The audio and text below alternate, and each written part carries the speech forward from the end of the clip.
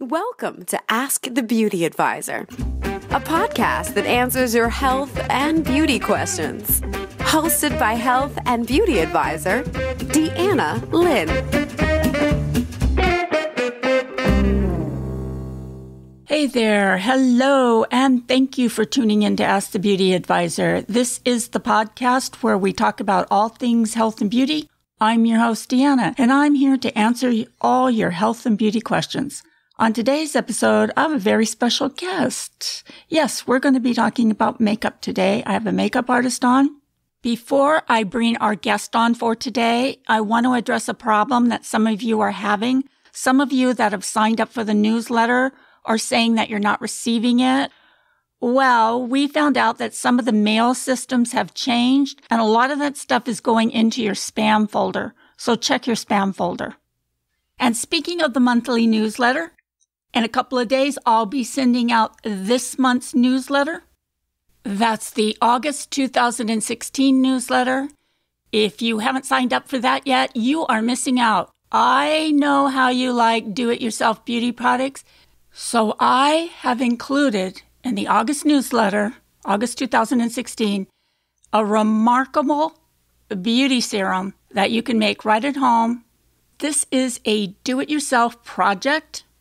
You'll be making with this recipe a beauty serum, a serum that over-the-counter would retail with this key ingredient for about $150 to $200.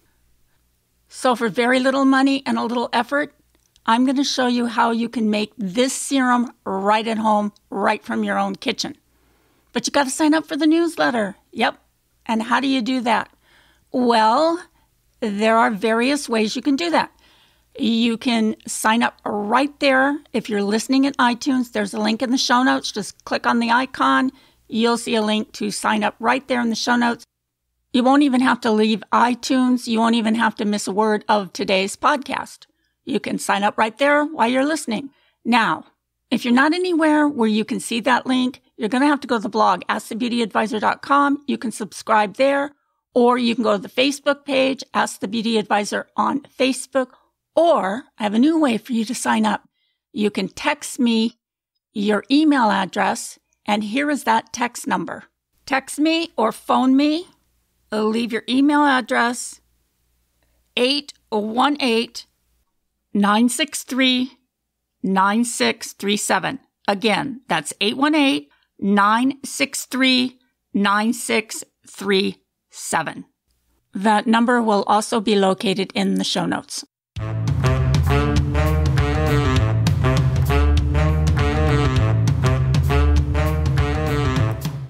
Today, we're going to be talking all about makeup. We're not only going to be talking about how to pick the right foundation for yourself, we're also going to be talking about how to pick the right makeup artist and why you need a makeup artist.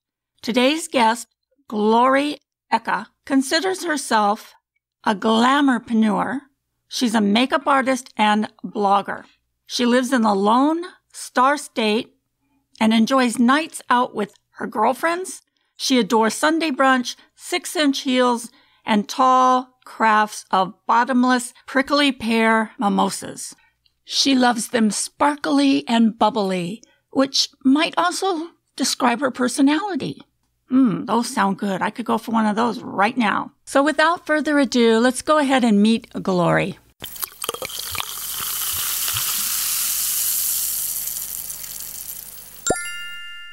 Hey, Glory, how are you? I'm excited to hear about makeup today. We haven't had a makeup artist on the show in a very long time, so it's great to have you on today. Hi, Deanna. I'm doing great. Thank you so much for having me on the show. Well, it's really my pleasure. It's great to have you on. Did I tell you I was going to Hawaii? I think I forgot to mention that to you. I'm in Hawaii this week. I'm actually talking to you from Hawaii. No, that sounds very tropical and fun. Yeah, I'm having fun here, that's for sure. Actually, I'm having a good time. Cheryl, who's my friend and also my co-host for the other podcast that we have, is going to be here in a couple of days. So right now, I'm here all alone, but I'm still having fun. Now you, Glory, are actually speaking to us from Texas. Am I correct? Yes, I'm in Austin, Texas. Party City. Party City? Is that what you said? Is Texas really a party city? Wow. Maybe I should live in Texas.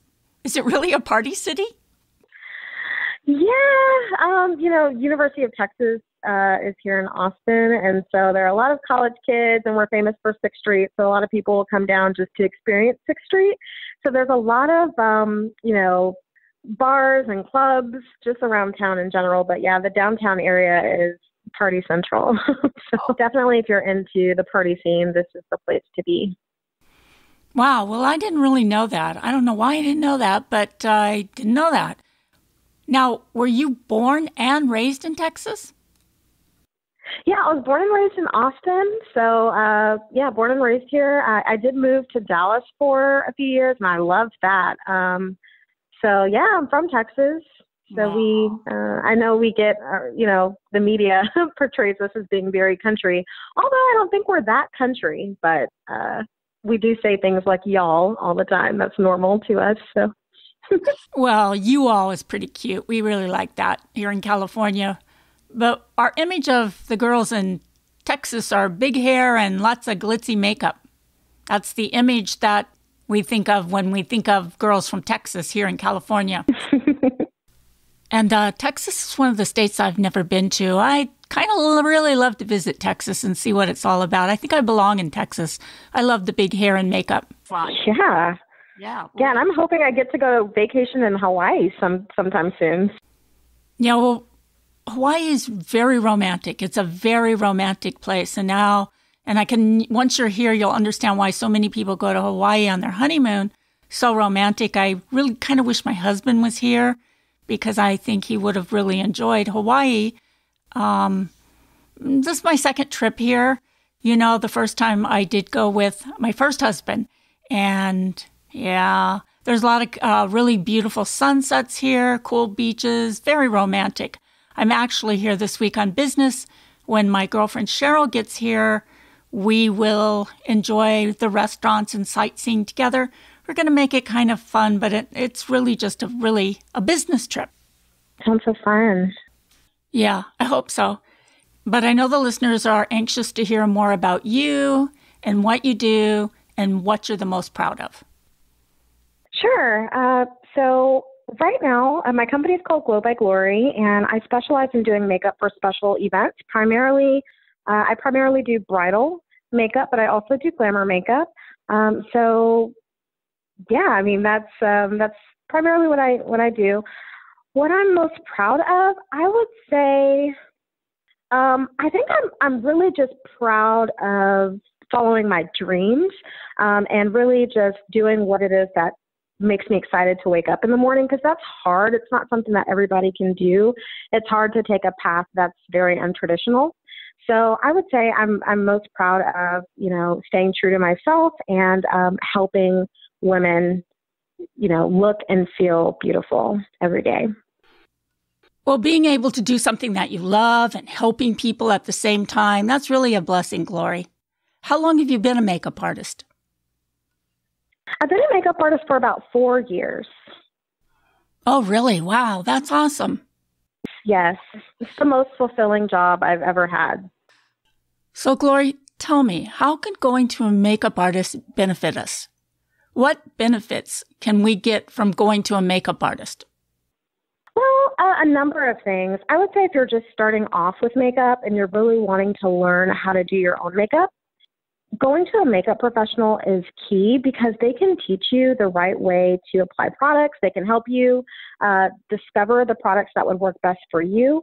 I would also say for special events, it's great because you can worry about the event that's coming up. So if it's your wedding, you can focus on your wedding day. You don't have to worry about doing your own makeup. So really taking that stress off of you so you can focus on your big day and just relax is really important. And I feel like you enjoy your day, a lot more. Things go smoother. And, again, it's something that you don't have to worry about. It's also great because you can make sure that the look you want is the look you're getting. So, if you send the makeup professional, pictures of what you're wanting, you can make sure that, you can see if that's something the makeup artist can do for you. And so that you're much happier when your special occasion comes because you got the look you wanted versus trying it yourself, which doesn't always work out the way you want it to. Now, I like what you said about bringing a picture in. I was a makeup artist for a while, and I really liked it when somebody brought a picture in. It was really helpful. It gave me an idea of how they wanted to look. And also what you said about experimenting with makeup. I mean, we do have to experiment to some degree, but it gets very expensive to buy all that makeup. I mean, you could spend a lot of money on makeup and really not even know how to apply it. Now, I did do a huge amount of prom makeup, but the biggest part of my business was teaching teenage girls how to apply makeup. Mom would bring them in for their very first makeup lesson. She wanted to be sure that they knew how to apply their makeup properly. And one of the biggest concerns was the foundation, picking out just the right color foundation. I know that's a problem for a lot of people. I see a lot of people wearing the wrong color foundation. Glory, do you have any tips for us today on how to pick out the right foundation? Yeah, it's really hard to pick out foundation, especially if you're brand new to makeup. I always say to match your foundation to your neck. Where a lot of people go wrong is they try and match their foundation to their face color. Most people have slight variations in their skin color from their face to their neck or their face from the rest of their body. So what makes it easier and what looks better, and not only in person but in photos, is if your whole body matches color-wise. So you want to make sure when you're picking your foundation to match the color of your foundation to your neck. So if you go into a makeup counter, there are a few things to consider. The first thing is your undertone. So you can have a more pink or reddish undertone. You can have a more yellow or, orange undertone, or you can have more of a neutral undertone. So I would just consider your undertone first. When you blush, if you're, blushing more, pink, or for instance, I'm African American, so it's a little harder sometimes to tell what the undertones, are with African Americans. So really just, look at, do you have more red in your skin? Do you have more yellow in your skin? Like for instance, the middle part of my face has more yellow, but around has more, outer parts of my face have more of a reddish undertone. So I usually tend to go with foundations that have more of a reddish undertone because most of my face has that undertone. It's only a small portion that has more of a yellow undertone. So I would consider that first. Just really take a look at your skin and see if you're pulling more towards the red-pink side, more towards the yellow-orange side, or if you're more neutral. I would also, again, look at your neck. And so usually the undertones will match. But if not, I would go with whatever undertone your neck is and match that way. But you always want to do a swatch on your neck if you're at the makeup counter and make sure it matches your neck. Again, because it's going to make your whole look more uniform and put together, and it's going to look better in photos as well. So I would just say match your neck color. Yeah, that undertone is really key. Getting that undertone right is the secret to picking out exactly the right foundation, and that's what most people get wrong. I also think that a lot of people are challenged with picking out the right makeup formula for their skin type. Like, for example, I'll see an older woman wearing heavy powdered makeup, which only makes her look more dry and shows up the wrinkles a little bit more. So really, for you to get the best results, you also need to know what makeup formula is right for your skin type. Do you have any advice for us about this? Yeah, so you have to really it's important to understand how your skin behaves. For me, when I step out of the house, after about an hour, the middle of my face is extremely shiny. So that tells me I'm really oily in those areas, but around the rest of my face is normal. So I have a normal, oily combination type of, skin type. So, really you have to understand how your skin behaves. Does your skin, after you wash your skin, does it feel really dry? Even after you put lotion on it, is it really dry? And, are your fine lines showing, under your eyes? And are you having, a lot more wrinkles in certain parts of your face? Those parts of your face are probably a lot more dry. Certain things like that are really important when picking your foundation, because you want to make sure, for instance, if you're oily, that you're not getting a foundation that is for dry skin. You want to make sure you're picking something that's for oily skin. You want to avoid products that have extra oils. And, you really want to, you really want to also test your foundation. So you want to make sure that you just try a sample at the store. You don't have to buy that day. Try it on for a few days. Make sure it works with your skin, and that, you're happy with it. So yeah, it's important to understand what kind of skin type you have when picking foundations, because you might end up picking a foundation that doesn't work well with your skin tone, and you're not going to be happy with it in the long run. Well, there you go. There's another good reason for going to a makeup artist. She not only helps you pick the right foundation color, but she also can help you pick the right formula for your skin type. Now, speaking of oily skin, that skin type has a difficult time keeping their makeup fresh all day. I know you have some great advice on how to keep our makeup fresh all day. Can you share that with us? Yes. The first step is to use a primer. Use an oil-controlling primer. Primer really not only helps you prep your skin for the makeup and helps it lay down better, it helps your makeup last throughout the day. It makes a huge difference in my makeup routine. When I do my clients' makeup, it makes a huge difference in the longevity of their makeup. So use an oil-controlling primer. They're everywhere at the drugstore. You can find them at Ulta or Sephora. And there are also some kind of non-traditional primers that a lot of people are turning to now, such as milk of magnesia and things like that, that a lot of people with extremely oily skin are using and are finding success with. So make sure, if you have extremely oily skin, especially, to use an oil-controlling primer, because your makeup will slide off, if you're not doing that in the summer. Same thing, even if you have dry skin, I would use a primer. For you, it wouldn't be as important to use an oil-controlling primer because your skin is a lot more dry. But I would at least just use, a base of some sort to help the makeup stick to it, so that it can last you all day long. Another tip is to use a powder. If you just use, a cream or liquid foundation, after, a couple hours in the hot sun, that's going to fade away. So you really want to set it, again, to give you that longevity in the wear of your makeup.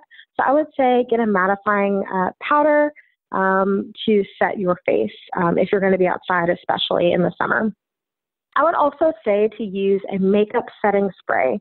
I know a lot of people don't want to spend any money on these sprays because they're like, do they really work?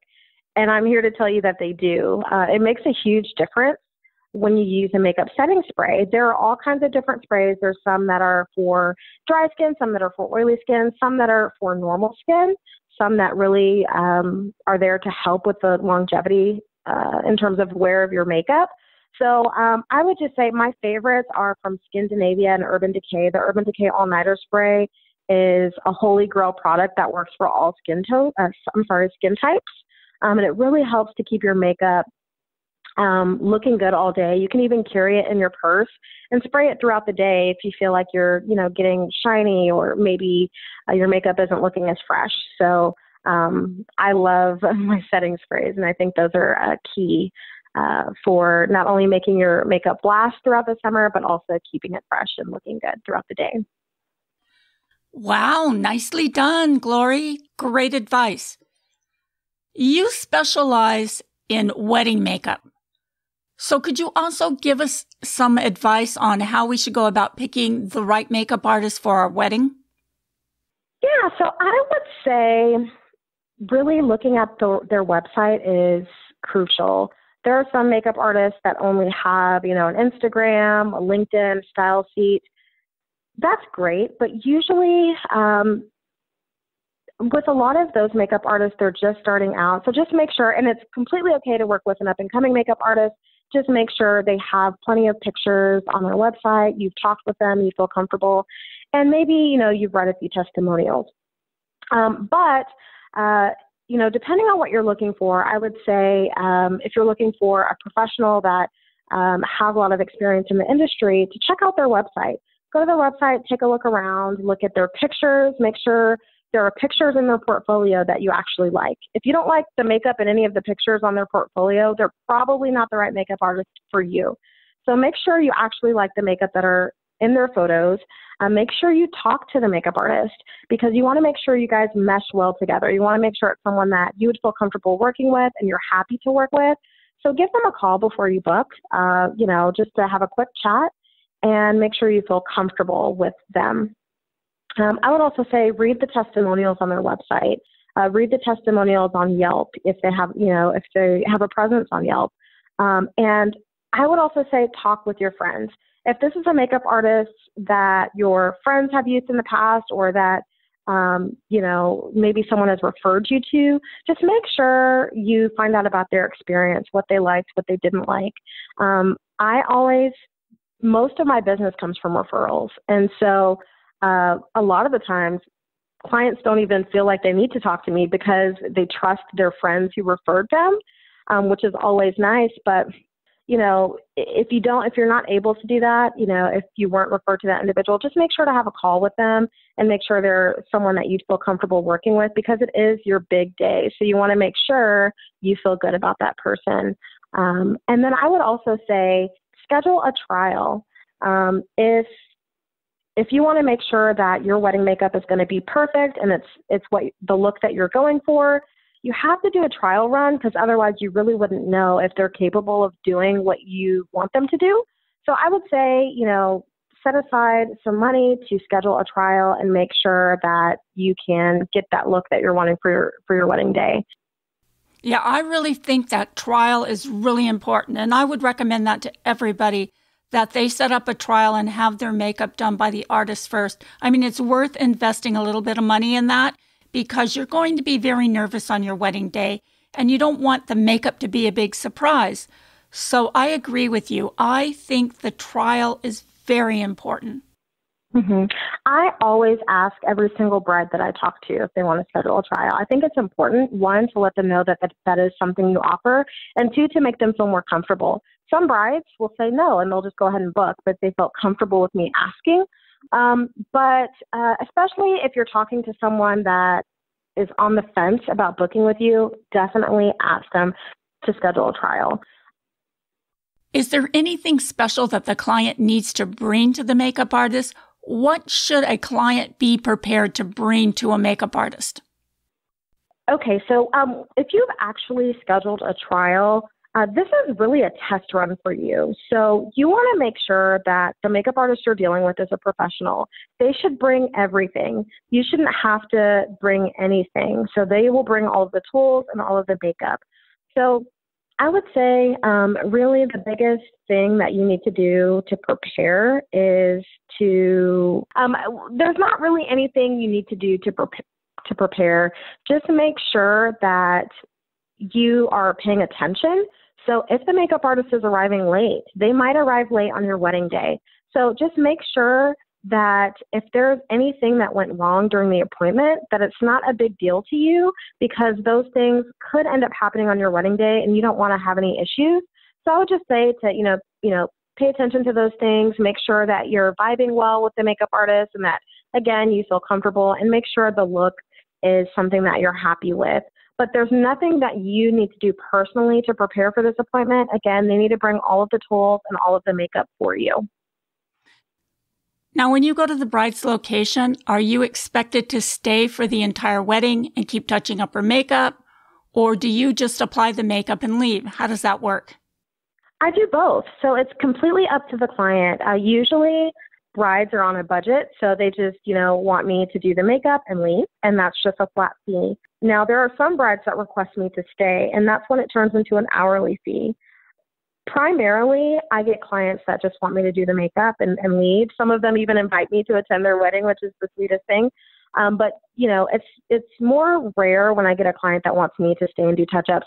The great thing is that with bridal makeup, I make sure to prep their skin properly and use, products that are going to last all day long. So really, they don't need touch-ups. Even if they hire me, for my hourly service, generally they don't need touch-ups unless it's maybe like their lip color that's coming off after they, drink something. But other than that, with bridal makeup, you do want to make sure that you are using products that are going to last all day long and that you're applying them. The techniques that you're using are going to increase the wear of their makeup because, again, they're going to be taking photos all day and they might not hire you for the full day.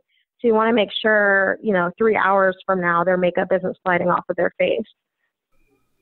Now, because you work with a lot of brides, I'm just wondering, do you ever get any Bridezillas? Can brides sometimes be difficult to work with? Oh, that's a good question. I haven't dealt with too many difficult clients, thankfully, but I have dealt with some.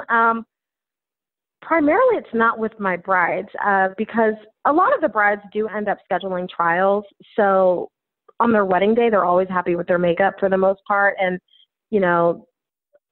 we worked out all the kinks if there were any in the trial. Now, usually the funny part is the bride is never the one that is difficult to deal with. It's usually someone from the bridal party. That's been my experience. So, whether it's, the maid of honor, the bridesmaid, there's always usually one person that's picky that's in the bridal party. Picky is not bad. You know what you want it done that way. But there are some people that are better off just doing their own makeup because it doesn't matter who does their makeup, they're just never going to be happy with it. There are those people. And that can sometimes be difficult to deal with because, you want to make them happy, but, certain things, they tell you they want their eyeliner this way and you do it that way. And then they're like, oh, I don't like that. I want my eyeliner this way instead. So a lot of the times it comes from them not even knowing what they want is what I've noticed. Because they'll tell you to do one thing, you do it, they don't like it, do it another way. But I've noticed that it's really not the brides. It's usually someone from the bridal party, in my experience, that gives me a hard time. I don't run into it very often, but I usually, I'm usually pretty understanding and I don't show any frustration at all. I think that's important. Just be willing to make those changes. Like I'm very open to, changing anything that my clients don't like. So it's like, I want to make sure they're happy with their makeup. So, I'm just like, okay, well, no problem. So tell me exactly how you want it. Let's try it again. And so I do it until they're happy with it. But again, you're going to have some of those clients that really are just never going to be happy with anything that you do. And what I've found, like with doing wedding parties, is that it's usually like the bridesmaid, or the maid of honor, and they're not even the ones paying you, but they're the picky ones. So, and they're the ones that are most difficult to deal with. So, but again, it's just about really just having a great attitude and just be willing to make changes. And eventually there's going to come a point where they're going to be like, okay, I like it, or it's fine. And just know that, that's going to come. You just have to be willing to work out the kinks. But has there ever been a client that you just couldn't please and you had to walk away from the situation? I always eventually finally give them what they want because I want them to be happy with, if they're not happy with my makeup, I at least want them to be happy, with me and knowing that I tried and I did everything I possibly could to meet their needs. So I always sit there and work it out with them. I will, change as many things that need to be changed. I've never told a client, I'm sorry, you're going to have to do it on your own. I've never had an experience like that, but I've worked with some other makeup artists that have had those experiences where the client just didn't like the makeup at all. And, in certain cases like that, some of them have just said, what, I'm sorry, I don't think there's anything else, I can do to help you because we've tried everything. So, sometimes I guess if you deal with a really difficult client like that, you just have to know what your limits are and when to kind of cut it off. But I would just say, be polite about everything that you do. Don't make it, don't turn it into a negative situation. Just happily help them the best you can. And if you find out that, everything you're doing, isn't working, then maybe you guys can come up with a different alternative. I think one of the most challenging things for a makeup artist is to be able to judge just how much makeup that client is going to feel comfortable wearing. But we're just about running out of time here, and I would like to ask you, what are some of the latest and hottest trends for makeup? Well, right now, my personal favorite is highlighting, also known as strobing to some people. But this is where you use a highlighter, which is basically a powder product. Usually it's a powder type product that has sheen, not so much shimmer, but sheen. And you use it on the high points of your face, like your cheekbones, maybe, the point of your nose or the middle of your nose, your forehead, the areas that light would naturally hit. And this is great. I love it. If you're looking for, it can really give you that wet skin look or the natural glow, like the J-Lo glow. It gives your skin a luminosity that looks so beautiful in photos. Every time I wear a highlighter and I take photos, I'm like, oh my gosh, I love looking at myself. So I use it a lot on my clients as well, and they love it. So highlighting right now is really, really, really hot.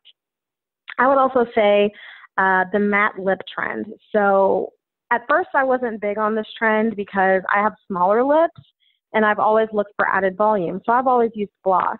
But I love the matte lip look. I just felt like, my lips are too small. It doesn't look right on me. And then I started overlining my lips slightly, and I found a way to make it work for me. All of my clients right now, too, are loving matte lips. So most of them request that, especially brides, because they don't have to touch up their lip color throughout the wedding. For the most part, it stays put all day long. So right now, matte lip colors are in, and these are matte liquid lipsticks.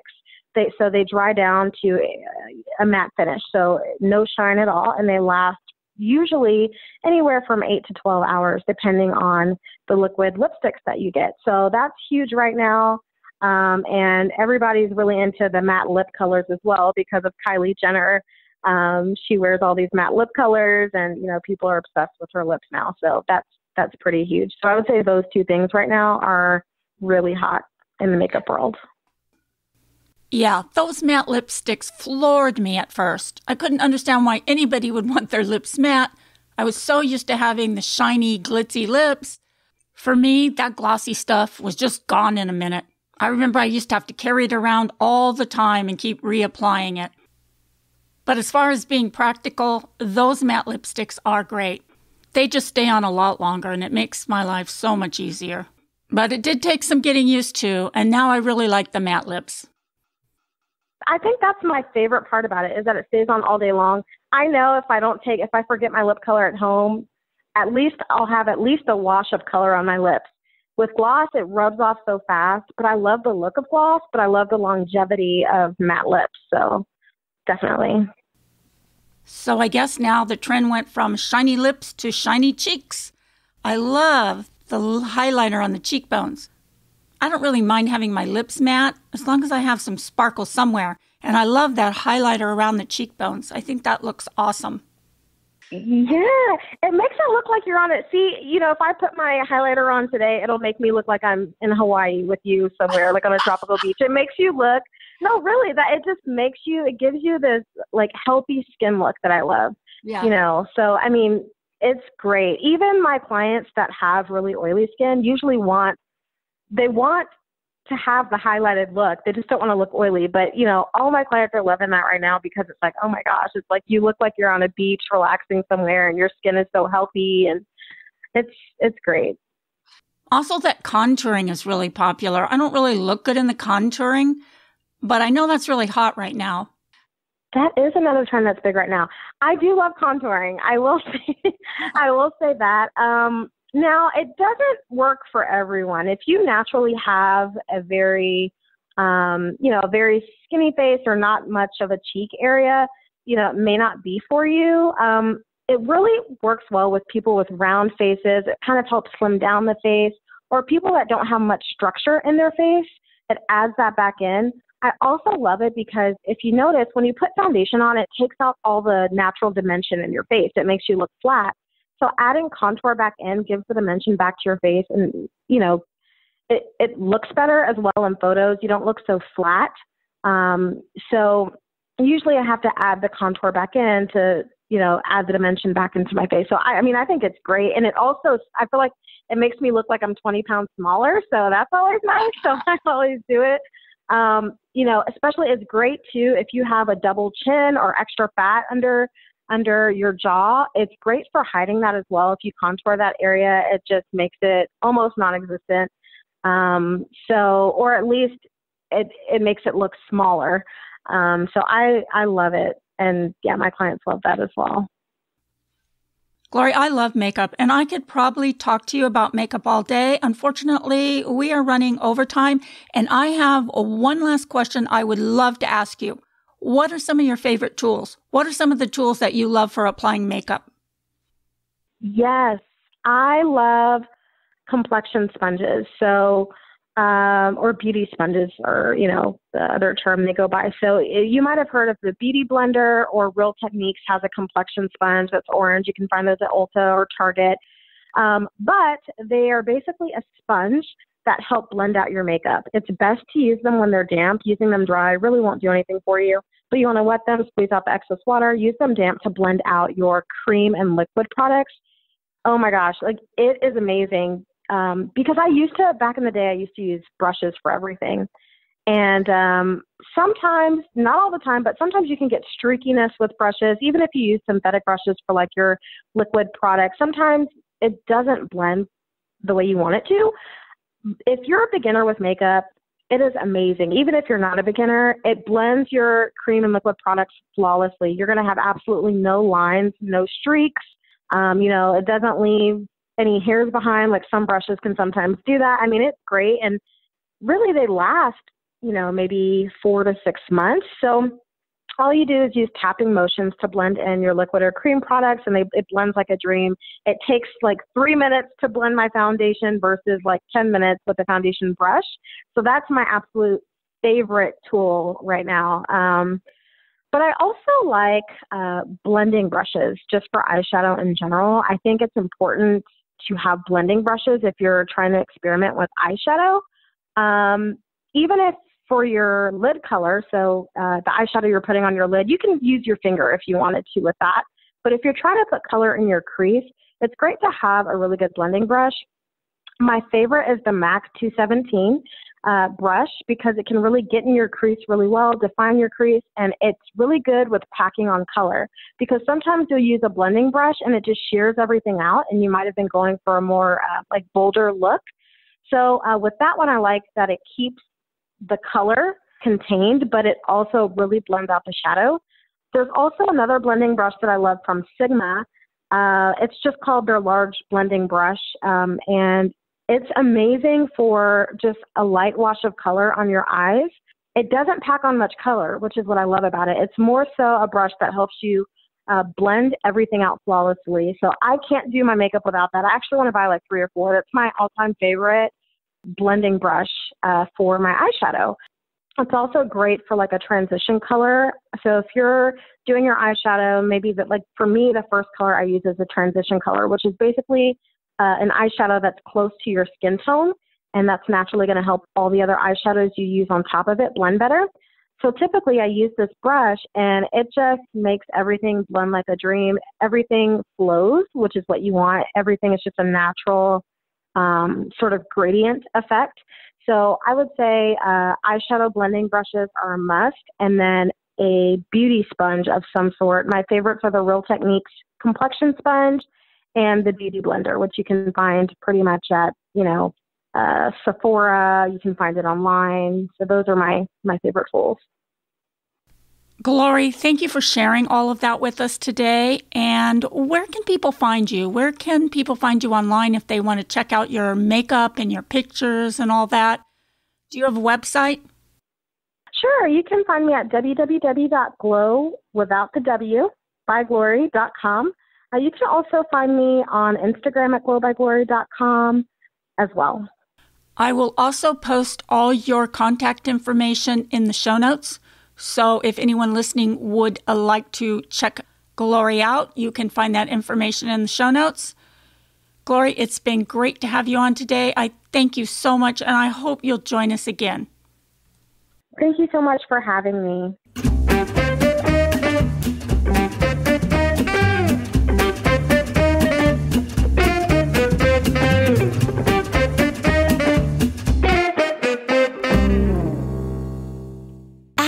Beauty Advisor is a part of the Beauty Radio Network.